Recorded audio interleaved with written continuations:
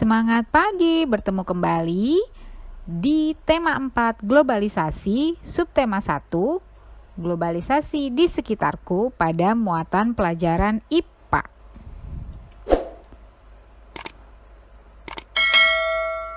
Bagaimana kabarnya hari ini? Tetap semangat dan jangan lupa jaga kesehatan. Pada pembelajaran 1 kali ini, kita akan mempelajari proses menghasilkan energi listrik. Globalisasi mempunyai pengaruh sangat besar bagi kemajuan teknologi terkait energi listrik. Sumber utama energi listrik adalah pembangkit listrik. Contoh pembangkit listrik adalah pembangkit listrik tenaga air atau yang kita kenal dengan PLTA. PLTA memanfaatkan energi air yang mengalir. Aliran air dialirkan melalui pipa-pipa khusus untuk menggerakkan turbin. Nah, gerakan turbin tersebut nantinya akan diubah menjadi energi listrik di dalam generator. Dalam ruang lingkup yang kecil, beberapa daerah menggunakan pembangkit listrik secara mandiri, dinamakan pembangkit listrik mikrohidro. Pembangkit listrik mikrohidro menggunakan aliran air untuk memutarkan kincir air. Kincir air kemudian menggerakkan turbin hingga menghasilkan listrik. Nah, pada pembelajaran 3 kita akan mengamati proses menyalurkan energi listrik. Yang pertama, energi listrik yang dihasilkan oleh pembangkit listrik tenaga air atau PLTA siap untuk disalurkan. Nah, gambar yang kedua, energi listrik disalurkan terlebih dahulu melalui kabel-kabel besar yang terpasang di menara saluran udara tegangan ekstra tinggi atau kita kenal sebagai sutet. Nah, yang ketiga, energi listrik kemudian masuk ke dalam transformator untuk menaikkan atau menurunkan tegangan. Selanjutnya, yang keempat, energi listrik disalurkan ke dalam pabrik-pabrik.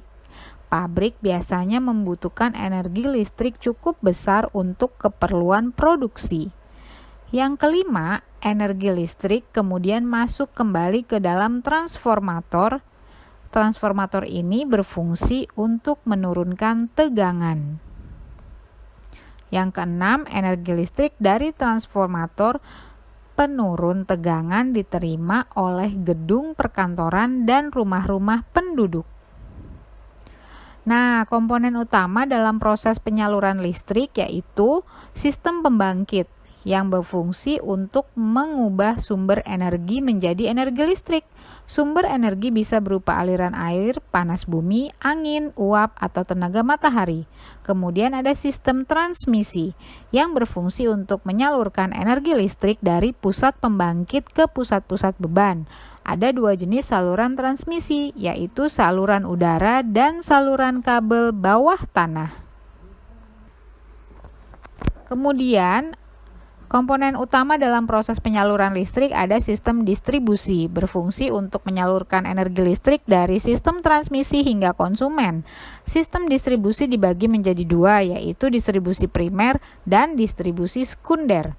Distribusi primer berasal dari jaringan transmisi yang diturunkan tegangannya di gardu induk menjadi tegangan menengah sebesar 20 kV. Distribusi sekunder berasal dari gardu distribusi menuju konsumen dengan tegangan rendah sebesar 220 volt. Kemudian ada transformator pada komponen utama dalam proses penyaluran listrik. Transformator berfungsi untuk menaikkan atau menurunkan tegangan listrik. Transformator juga sering disebut trafo. Transformator terbagi menjadi 2 jenis, yaitu transformator step up dan transformator step down. Transformator step up berfungsi menaikkan tegangan yang dihasilkan dari pusat pembangkit. Transformator step down berfungsi untuk menurunkan tegangan.